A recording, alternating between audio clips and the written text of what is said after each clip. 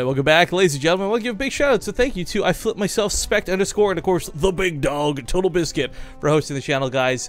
You are all wonderful, wonderful people. We're hopping into game number 2. It's still the semifinals. We got 2 best of 5s ahead of us. Well, this best of 5, and a best of 7 grand finale for today, folks. Lots of StarCraft 2 for the EIZO Holiday Brawl, but spawning here in the bottom right corner of Catalina, he leads the series 1-0. Give it up for the French player, Lilbow. Number right has the red Zerg. It's Axiom's Impact. Alright, so Impact is a pretty cool guy. It kind of caught my attention when you brought it up, though. Like, he was... I'm not even going to call it stubborn. I don't think it was stubborn, but he was just kind of caught in this trap where he didn't have that higher tech. I think if he had Hydralisk, it would be a different story for how that game ended. But with just Roaches, I mean, he threw away, like, I think 18 just to kill one Immortal. That's never a comfortable trade. Yeah. Yeah. I gotta start wondering about, like, the win percentages on that map for Zerg. Because, like, the more I cast EVP on that map, the more I'm just like, Protoss is gonna win. Protoss is gonna win. They're all in on that third, or they're gonna do that Blink Stalker attack, and they're gonna win that. Unless it gets a Swarm Host, and then usually it's a very long, different game. I gotta say, though, the third didn't die, you know? And we had that really cool transfuse that screwed with the timing of the recall. I mean... that map didn't exactly play out the way we expected it to as far as the steps to get to the end, but you're right, like the end result of Protoss taking a heavy all-in on Overgrowth and winning, we've been seeing so much of that recently. Yeah. It's just like, you know, what was Impact, you know, what was his goal with what he did? And, I don't know, like, what he could have done better with Tunneling Claws? Like, maybe he was hoping to hit before Observer was out, or maybe he just thought that, like, there wouldn't be quite as much, I don't know, but you know, even with like getting underneath all the sentries and killing most of the sentries, you think like, oh yeah, awesome, and then the counterattack was so fast. It, you know, I asked, was it worth it? And you know, obviously it wasn't. Well, I'm kind of liking this one base out of Impact.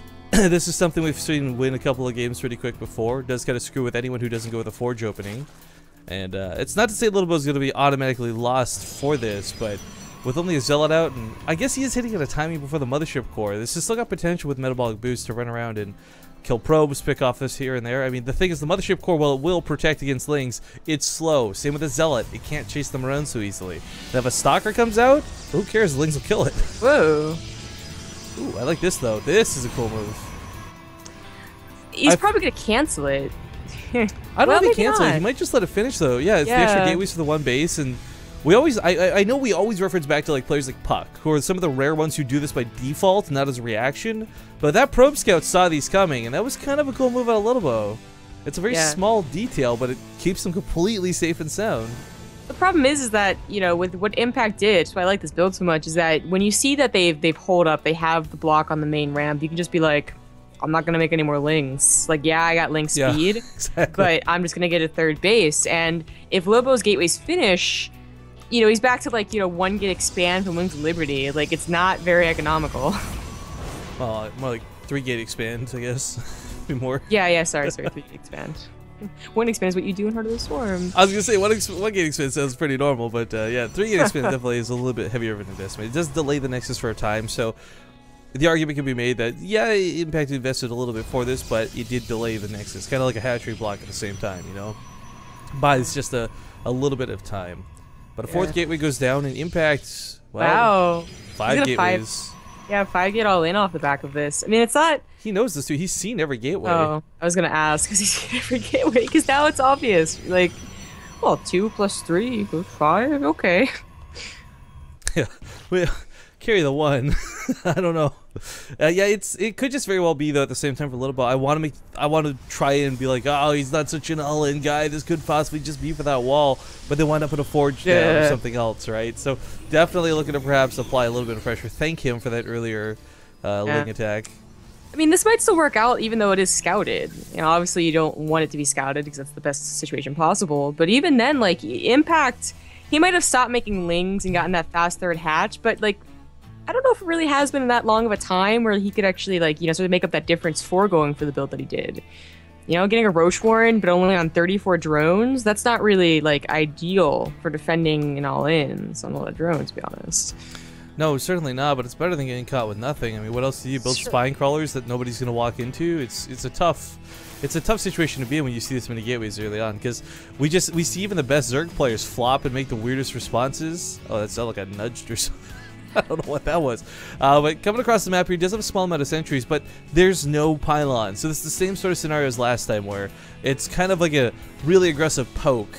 You know, you can always recall, force field the back end, and try and get all those sentries out alive. Because if you lose a Zealot, it doesn't really matter. It's the sentries that are so important. I'm actually surprised he's not bringing in a pro with this, but he's getting another gateway, so it has turned all in off of this, right? He's going up with 6 gateways. Yeah, I mean, it will be, just not right now, as weird as that is to consider. Nice shredding of the lings of the bag takes those out pretty much for free.